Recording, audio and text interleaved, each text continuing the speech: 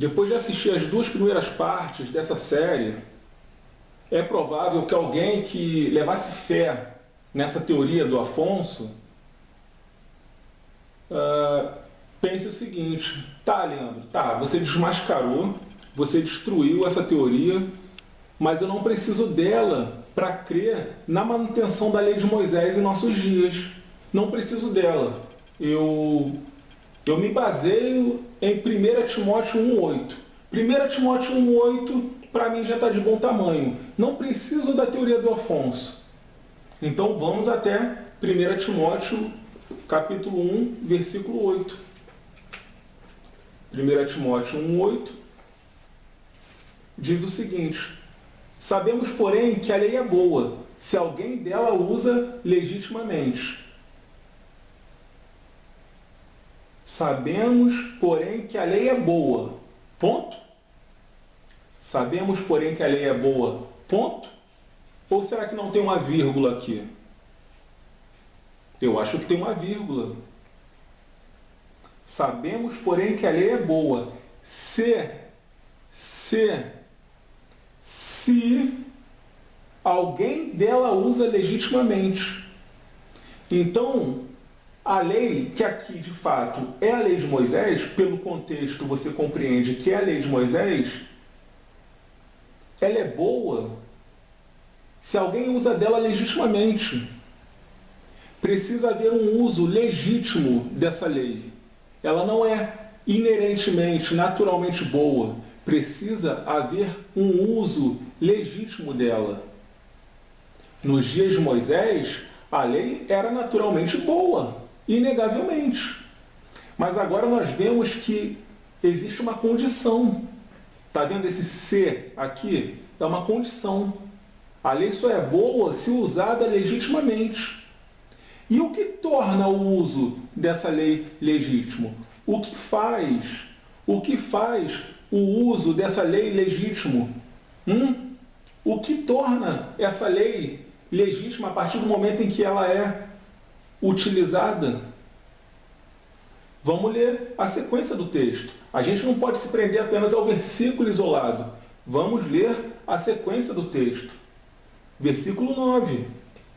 Sabendo isto, que a lei não é feita para o justo, mas para os injustos e obstinados, para os ímpios e pecadores, para os profanos e irreligiosos, para os parricidas e matricidas, para os homicidas, para os devassos, para os sodomitas, para os roubadores de homens, para os mentirosos, para os perjuros e para o que for contrário à sã doutrina, conforme o evangelho da glória de Deus, bem-aventurado que me foi confiado. Se você pegar esses 4 versículos aqui e ler somente o 8 e o 11, pular. Se você pular o 9 e o 10, ler somente o 8 e o 11, você vai ter a seguinte declaração: sabemos, porém, que a lei é boa, se alguém dela usa legitimamente, conforme o evangelho da glória de Deus bem-aventurado que me foi confiado. Então, se a gente pular os versículos 10, os versículos 9 e 10, né?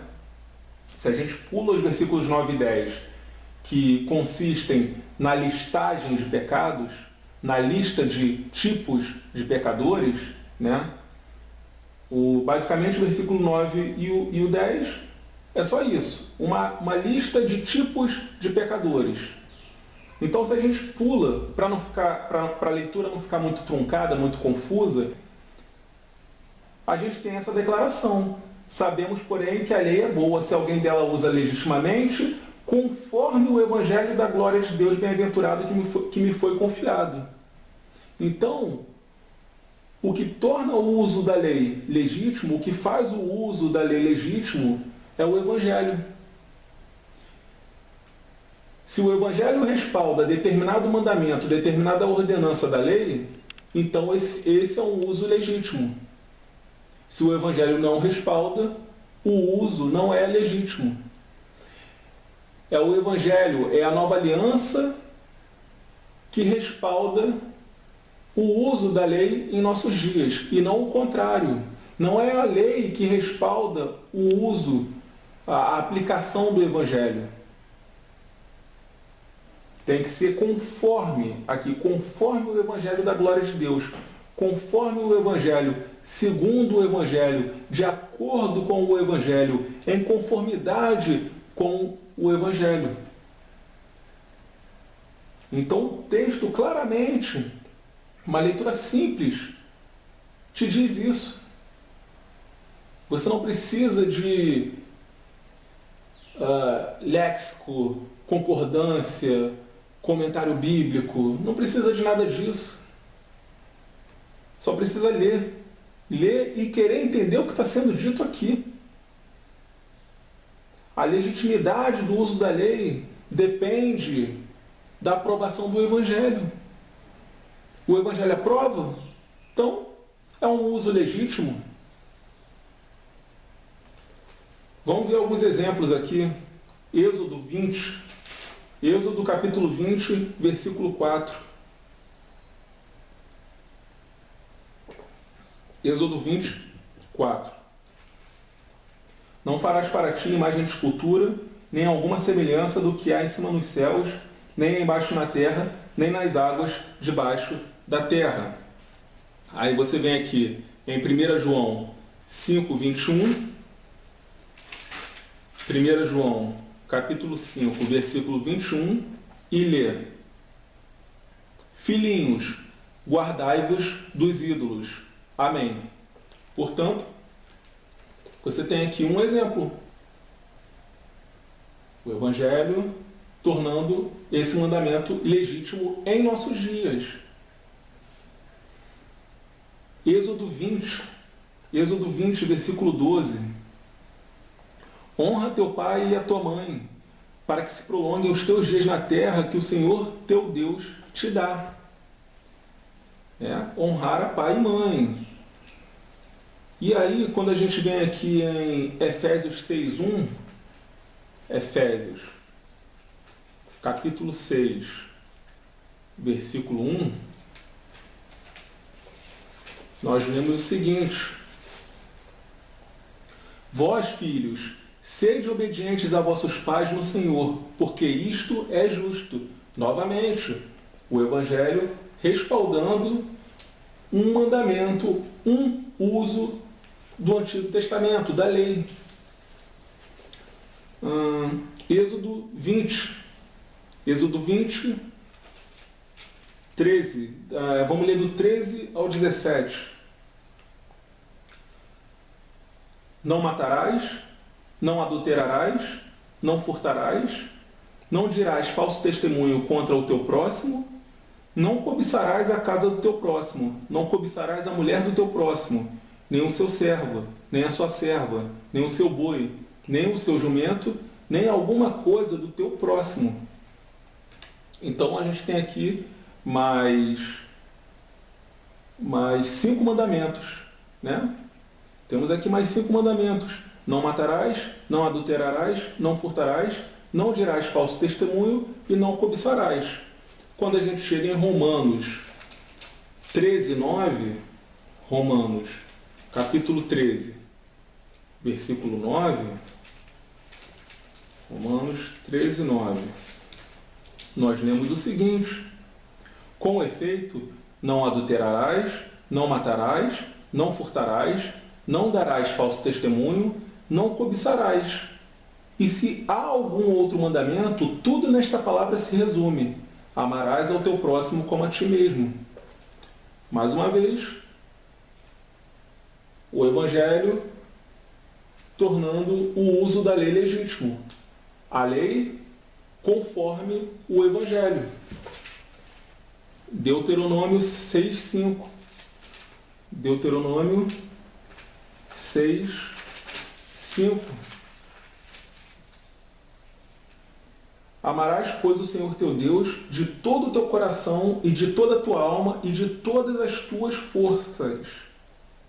E de todas as tuas forças. Então a gente chega em Mateus 22:37. Mateus 22, 37. E lê: E Jesus disse-lhe: Amarás o Senhor teu Deus de todo o teu coração, e de toda a tua alma, e de todo o teu pensamento. Marcos 12, 30. Marcos 12, 30. Amarás, pois, ao Senhor teu Deus de todo o teu coração, e de toda a tua alma, e de todo o teu entendimento, e de todas as tuas forças. Este é o primeiro mandamento. Lucas 10, 27. Lucas 10, 27.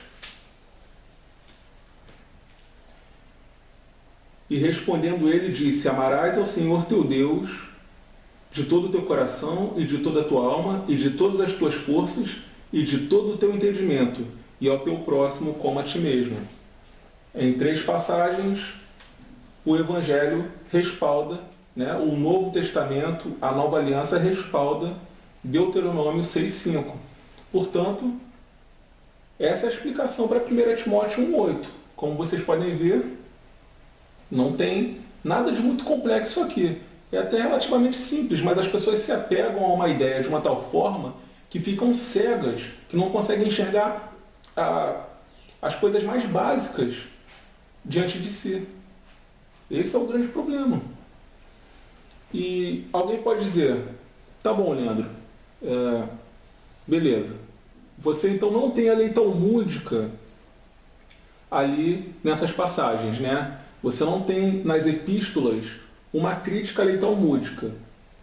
E a lei que é criticada é a lei de Moisés.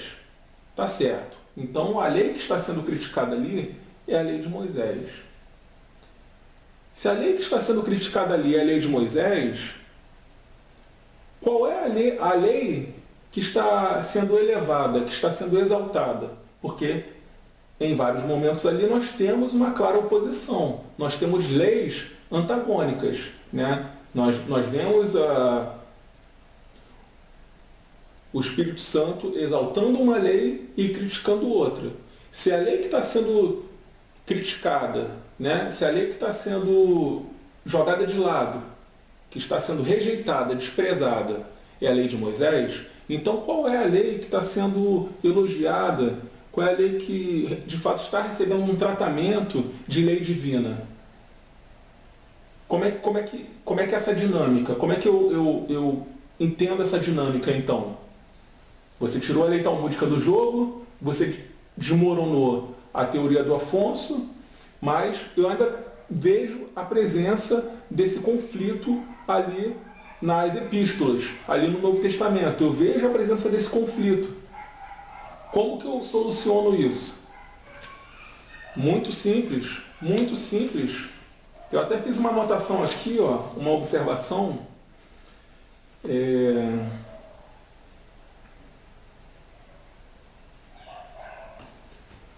De fato, existem leis antagônicas. Existem leis diferentes e antagônicas. Porém, não é nada que um observador atento não possa perceber. Pois tanto o contexto de cada passagem, quanto o nome de cada uma dessas leis, deixa claro ao leitor do que se trata. A leitura simples da palavra de Deus te propicia essa resposta. Como eu acabei de dizer, não tem nada de muito complexo aqui. Não tem. Você não tem, você só precisa disso daqui, ó. Só precisa disso daqui. Não só de pão viverá o homem, mas de toda a palavra que sai da boca de Deus. Toda a palavra. Não é toda a concordância. Não é todo o léxico. Tá? Toda a palavra. Não é todo o dicionário bíblico.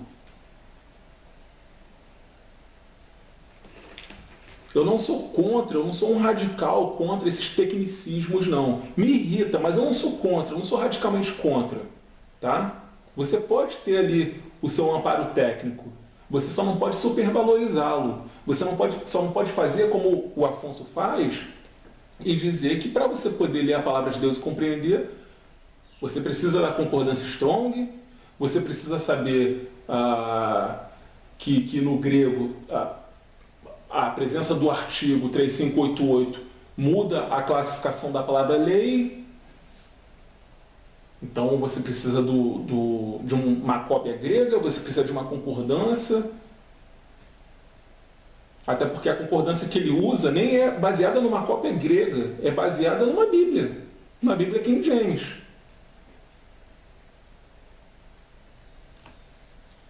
Então eu sou contra isso, sou contra a supervalorização do aparato técnico. Porque eu realmente acredito que Deus inspirou essa palavra para que qualquer pessoa na face da terra pegue ela, leia e compreenda o que está sendo dito aqui. É nisso que eu creio. Você só precisa estar atento ao que é dito e principalmente ter o Espírito Santo dentro de si, para poder fazer uma leitura espiritual. Isso daqui é um livro espiritual, tá? Isso aqui é um livro espiritual, não é um livro técnico. Acima de tudo, você precisa fazer uma leitura espiritual do que está contido aqui. E quando você entra nesse terreno espiritual, precisa tomar muito cuidado também, porque existe o espiritual do mal, né? Você precisa estar protegido, blindado contra o lado espiritual do mal, os dardos inflamados do maligno. Porque é isso também que produz ideias erradas, concepções erradas, exegeses totalmente equivocadas. E acaba afastando a pessoa, ao invés de aproximar a pessoa de Deus, acaba afastando mais ainda.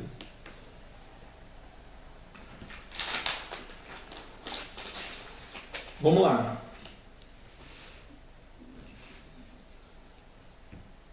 Existem basicamente 4 tipos de leis, tá?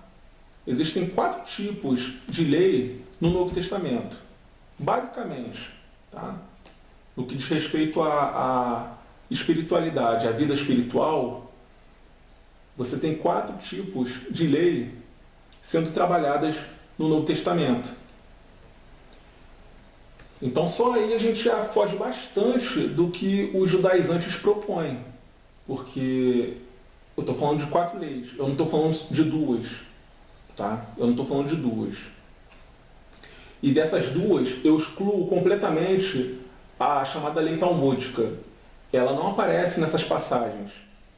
A lei de Moisés, sim. Mas também não aparece da forma como eles tratam. A lei de Moisés é a lei a ser rejeitada, a ser desprezada. Vamos lá. A primeira lei é a chamada lei do pecado. Você vê a lei do pecado em Romanos 7, 23, Romanos 7, 25 e Romanos 8, 2. Lei do pecado. Essa lei do pecado, ela se refere à maldição do pecado. É a maldição debaixo da qual todo ser humano nasce. A maldição do pecado. Então, lei do pecado é igual à maldição do pecado. Depois você vê lei dos mandamentos e lei do mandamento carnal. Essas 2 leis são a mesma lei. Essas 2 leis são a mesma lei. É a lei mosaica. Aqui sim temos a lei de Moisés. Aí vem quatro leis, tá? Que na verdade são a mesma lei, mas ela é chamada de 4 formas diferentes. Lei de Cristo, 1 Coríntios 9, 21 e Gálatas 6, 2. Lei do Espírito, Romanos 8, 2. Lei da fé, Romanos 3, 27. E lei do meu entendimento, Romanos 7, 23. Essas 4 leis aqui são a mesma. Trata-se do Evangelho, é a nova aliança. Então, lei de Cristo, lei do Espírito, lei da fé e lei do meu entendimento. Aqui nós temos o Evangelho. Quando essas 4 leis aparecem, você tem ali o Evangelho sendo mencionado. Claramente não é lei de Moisés. Então nós já vimos 3, né? Nós vimos lei do pecado e a lei mosaica, chamada de lei dos mandamentos e lei do mandamento carnal. Essas 2 são as 2 leis mencionadas de forma negativa no Novo Testamento. São as leis a serem rejeitadas. a serem combatidas. E aí você tem o Evangelho, chamado de lei de Cristo, lei do Espírito, lei da fé e lei do meu entendimento. Essa aqui sim, a lei boa, a lei a ser praticada.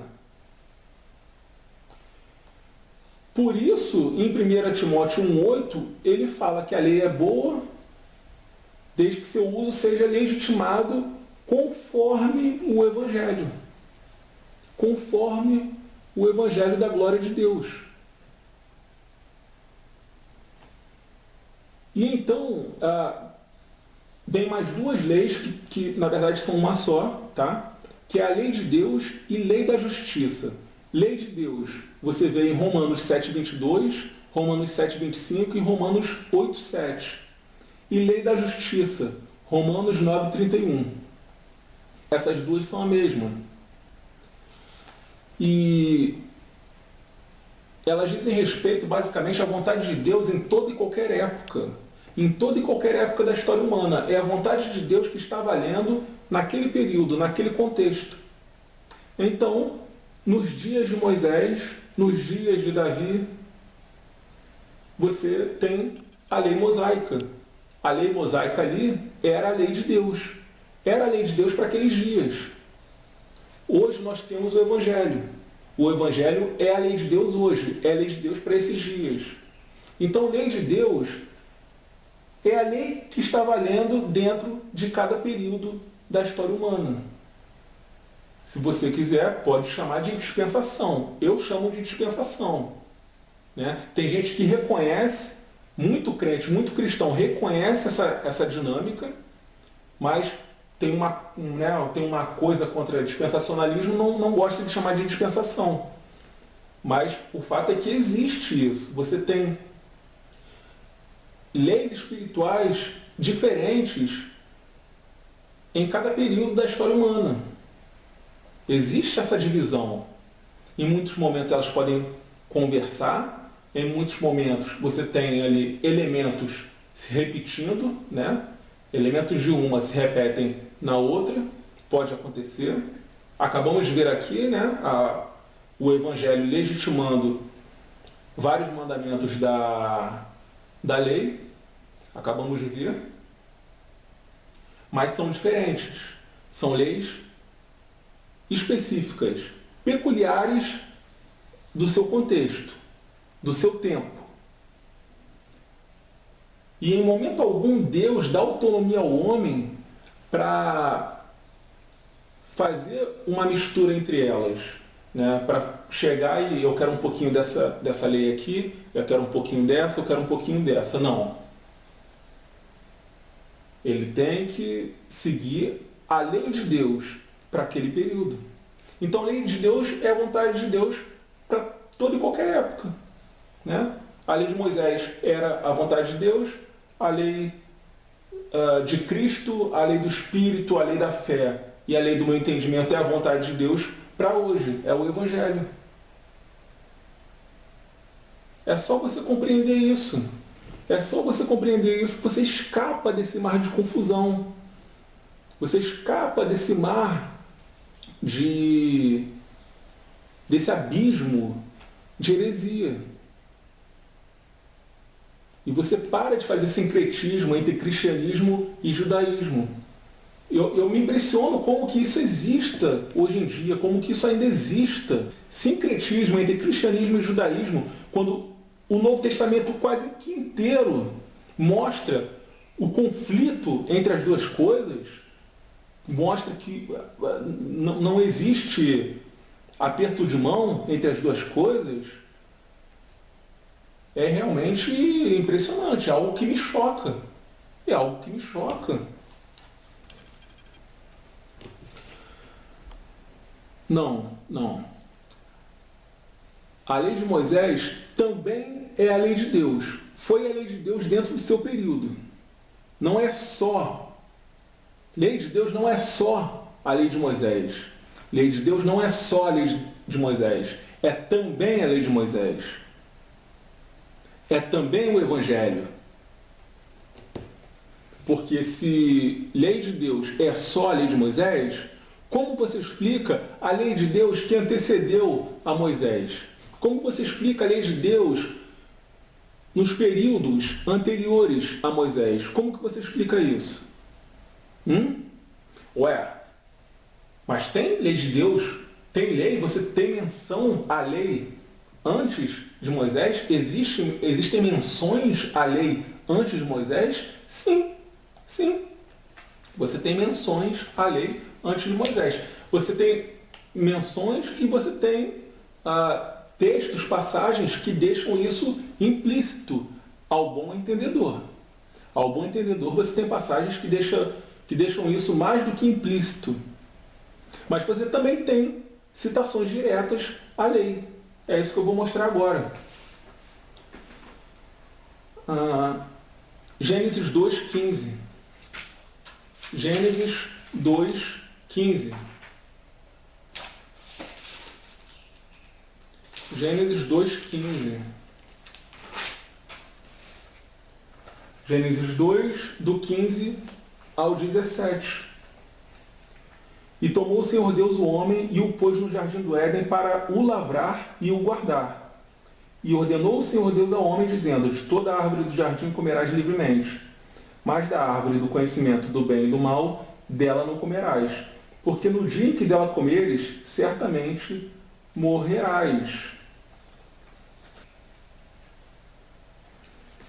Também você pode ler aqui em Gênesis 1, Gênesis 1, 28. Gênesis 1, 28. E Deus os abençoou, e Deus lhes disse: frutificai e multiplicai-vos, e enchei a terra, e sujeitai-a, e dominai sobre os peixes do mar, e sobre as aves dos céus, e sobre todo animal que se move sobre a terra. Isso daqui é o quê? Não são mandamentos? Não são ordenanças divinas? Eles tinham que frutificar, multiplicar, encher a terra, sujeitar a terra, dominar sobre os peixes do mar, sobre as aves dos céus, sobre todo animal que se move sobre a terra. E em Gênesis 2, do 15 ao 17, o homem recebe a ordem de lavrar e guardar o jardim do Éden. Lavrar e guardar. 16. E ordenou o Senhor Deus ao homem. Ordem, ordenou, palavra de ordem, dizendo: de toda a árvore do jardim comerás livremente, mas da árvore do conhecimento do bem e do mal, dela não comerás. Então também não podia comer da árvore do conhecimento do bem e do mal. Não são mandamentos? Não são ordenanças? Não está implícito aqui que havia uma lei divina a ser obedecida? Gênesis 4, do 3 ao 7. Gênesis 4, do 3 ao 7. E aconteceu ao cabo de dias que Caim trouxe do fruto da terra uma oferta ao Senhor. E Abel também trouxe dos primogênitos das suas ovelhas e da sua gordura. E atentou o Senhor para Abel e para a sua oferta. Mas para Caim e para a sua oferta não atentou. E irou-se Caim fortemente, e descaiu-lhe o semblante. E o Senhor disse a Caim: por que tiraste? E por que descaiu o teu semblante? Se bem fizeres, não é certo que serás aceito? E se não fizeres bem, o pecado jaz à porta, e sobre ti será o seu desejo, mas sobre ele deves dominar. Novamente, temos uma lei implícita aqui. Eles tinham que apresentar sacrifícios a Deus, que é uma tradição que surge com a queda. Com a queda você tem ali Adão e Eva já com roupas de pele, né? O que deixa claro que dois animais tiveram que morrer para pagar pela vida deles, né, naquele dia. E isso se mantém. Então eles apresentavam sacrifícios a Deus. E o sacrifício tinha que ser animal, tinha que ser, né, um animal morto. Por isso o sacrifício de Caim foi rejeitado. Ainda em Gênesis 4, versículo 15, o Senhor, porém, disse-lhe: portanto, qualquer que matar a Caim 7 vezes será castigado. E pôs o Senhor um sinal em Caim, para que o não ferisse qualquer que o achasse. Aqui surge uma nova lei. Aqui surge uma nova lei. Caim, na verdade, ninguém podia ser morto, né? Ninguém podia ser morto. Mas se alguém matasse Caim, 7 vezes deveria ser castigado. A punição tinha que ser... A punição, no caso da morte de Caim, era peculiar, era bem específica. 7 vezes a pessoa teria que ser castigada.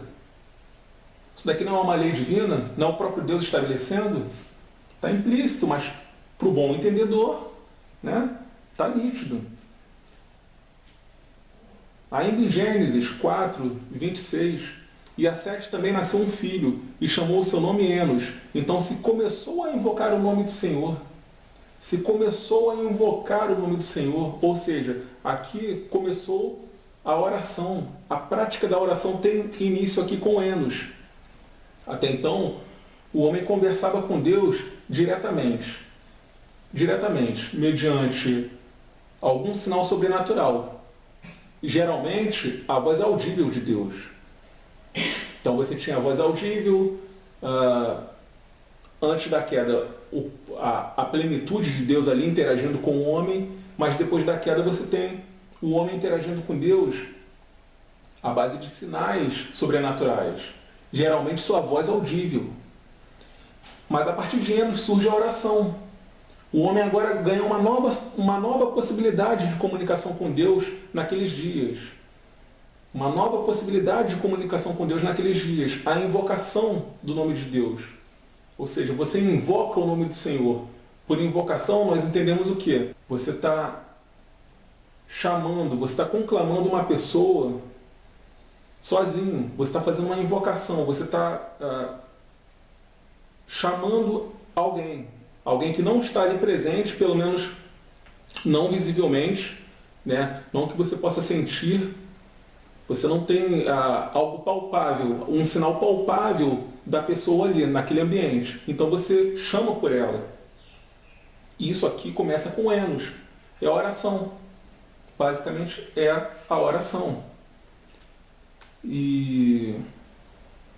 Bom, 2 Pedro 2,5. 2 Pedro 2,5. E não perdoou ao mundo antigo, mas guardou a Noé, a 8ª pessoa, o pregoeiro da justiça, ao trazer o dilúvio sobre o mundo dos ímpios. Então Noé era o quê? O pregoeiro da justiça. Ele pregava a justiça. Se não existisse uma lei de Deus ali naquele período, Noé pregaria o quê? Então Noé pregava o quê? Se você tem justiça, justiça implica... O que é justiça? Você pensa em justiça, você lembra de quê? Constituição, né? Legislação? Então, Noé era o pregoeiro da justiça. Nós vimos aqui que a lei de Deus também é chamada de lei da justiça. Não vimos isso? A lei de Deus, que aparece em Romanos 7,22, é chamada de lei da justiça em Romanos 9,31. E Noé era o pregoeiro da justiça, ou seja, era o pregoeiro da lei da justiça. Lei de Deus no período de Noé. Não, mas lei de Deus é igual a lei mosaica. Uma total demonstração de ignorância, sabe? Eu às vezes me sinto um pouco ridículo, um pouco patético de ter que estar ensinando isso aqui, de ter que estar falando disso aqui. Não é que eu saiba demais não, tá? Não é que eu saiba demais não. Na verdade, eu sou extremamente limitado, mas é que isso daqui é uma coisa tão básica, que eu gostaria de estar falando de coisa muito mais interessante, de coisas, sabe, realmente inéditas, de coisas que realmente não estão sendo comentadas em canto nenhum. Eu gostaria, mas eu preciso pegar aqui e oferecer a papinha, porque eu sinto que as pessoas estão se entregando à primeira heresia que vem pela frente. As pessoas estão se jogando, estão se lançando sobre o sensacionalismo dessa espiritualidade de internet, né? Sem qualquer cuidado, sem qualquer precaução. Elas vão se lançando mesmo e não querem saber de básico, né? O cara escuta um vídeo do Afonso hoje e amanhã ele já se julga o doutor em teologia. É mais ou menos isso que está acontecendo. Ninguém quer o básico, ninguém quer a papinha. Acho que precisa se ater aos fundamentos. Fundamentos, pilares da fé. Por que as coisas são como são hoje? Por que até hoje se crê em determinada doutrina se fulaninho de tal diz isso? Que tal estudarmos? Que tal procurarmos ouvir o outro lado? Que tal investigarmos, apurarmos direitinho, observarmos, sermos cautelosos? Que tal? Se você ler Gênesis 9, do 1 ao 17, tá? Você vai ver o pacto de Deus com Noé. Você vai ver uma aliança de Deus costurada com Noé, repleta de mandamentos, repleta de ordenanças. Gênesis 9, do 1 ao 17. Jó 22, 22. Jó, capítulo 22, versículo 22. Aceita, peço-te, a lei da sua boca e põe as suas palavras no teu coração. Aceita, peço-te, a lei da sua boca e põe as suas palavras no teu coração. Lei da sua boca, lei. Tá claro? Tá claro? Lei.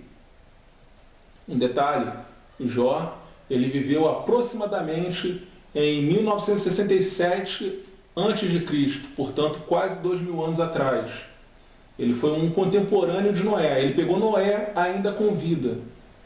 Ele viveu durante um período um pouco depois do evento de Babel. Então, um pouco depois do evento da divisão das línguas foi que Jó viveu na terra. Ainda chegou a pegar Noé com vida. E nós temos então aqui a lei sendo citada. Que lei é essa? É a lei de Moisés? Hein, senhores judaizantes? Isso daqui é a lei de Moisés? Vocês vão ter coragem de falar isso? Ou será que não é a lei de Deus? Ou será que não é a lei de Deus? Ou seja, a vontade de Deus neste momento aqui. Como você tem a lei de Deus neste período aqui, você tem a lei de Deus para hoje, que é chamada de lei de Cristo, lei do Espírito, lei da fé e lei do meu entendimento. Muito prazer. Evangelho. Ainda em Jó 22, versículo 27. Orarás a ele e ele te ouvirá, e pagarás os teus votos. Opa, pagamento de votos? Pagamento de votos no período de Jó, antes de Moisés? Sim, pagamento de votos. Temos uma lei? E agora Gênesis 26, 5. Gênesis capítulo 26, versículo 5. Porquanto Abraão obedeceu a minha voz e guardou o meu mandado, os meus preceitos, os meus estatutos e as minhas leis. Porquanto Abraão obedeceu a minha voz e guardou o meu mandado, os meus preceitos, os meus estatutos e as minhas leis. Estamos falando de Abraão. Estamos falando de Abraão. E se você ler Gênesis 17, do 9 ao 15, se você ler Gênesis 17, do 9 ao 15, você vai ver o pacto de Deus com Abraão. Você vai ver ali, por exemplo, o mandamento da circuncisão. Por exemplo, Gênesis 17, do 9 ao 15. Então, senhor judaizante, ou você, Afonso, se estiver me ouvindo, põe uma coisa na cabecinha. Você tem lei do pecado, que é igual a maldição do pecado. Você tem lei dos mandamentos, e lei do mandamento carnal, que é igual a lei mosaica. E aí você tem a lei boa, que é a lei da fé, lei do meu entendimento, lei do Espírito, lei de Cristo, que é o Evangelho. E essa lei é a lei de Deus hoje, lei de Deus, lei da justiça. A lei de Deus hoje, lei da justiça é qual? É essa lei. É essa a lei que é benquista no Novo Testamento. Não é a lei de Moisés. A lei de Moisés foi a lei de Deus no período judaico, no período, na dispensação de Moisés, que durou até Cristo, até o Senhor Jesus. Mas Cristo morrendo na cruz, você tem um novo pacto sendo selado. Enfim, eu precisava abrir esse parêntese no meio dessa refutação. Isso daqui é um parêntese que eu estou abrindo, né? Eu precisava fazer isso, porque, como eu disse, eu não quero aqui fazer a refutação pela refutação, eu não quero a tretinha de internet, não me interessa isso. Eu estou usando o vídeo do Afonso como um pretexto para poder oferecer um estudo para vocês. Eu estou oferecendo aqui um material completo. Eu estou oferecendo aqui uma caixa de ferramentas para vocês usarem contra esse tipo de heresia.